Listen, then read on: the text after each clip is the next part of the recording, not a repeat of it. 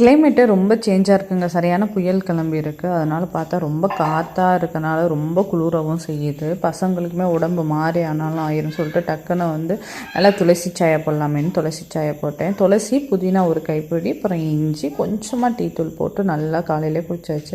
அப்புறம் இன்றைக்கி ரொம்ப நாள் ஆனதுனால ரேஷன் கார்டுனா எல்லாமே போய் சரி பண்ணிட்டு வரலான்னு சொல்லிட்டு போனோம் பஜாருக்கு.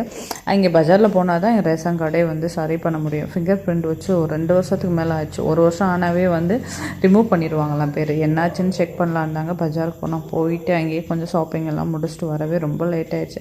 அப்புறம் ஈவினிங்க்கு மேலே பாப்பாவில் வயலுக்கெலாம் கூட்டிகிட்டு போய் காமிக்கலாம்னு சொல்லிட்டு வயலுக்கு போனோம். அவங்களுக்கும் ரொம்ப ஹாப்பி, ரொம்ப ஜாலியாக என்ஜாய் பண்ணிட்டு வந்தாங்க. எல்லா லெக்லேயும் கொய்யா மரம், நெட்டுக்கு கொய்யா மரம் இருக்குங்க ரோட்டில். சும்மா யாருக்குமே சொந்தம் இல்லாத மாதிரி தான் இருக்கும்.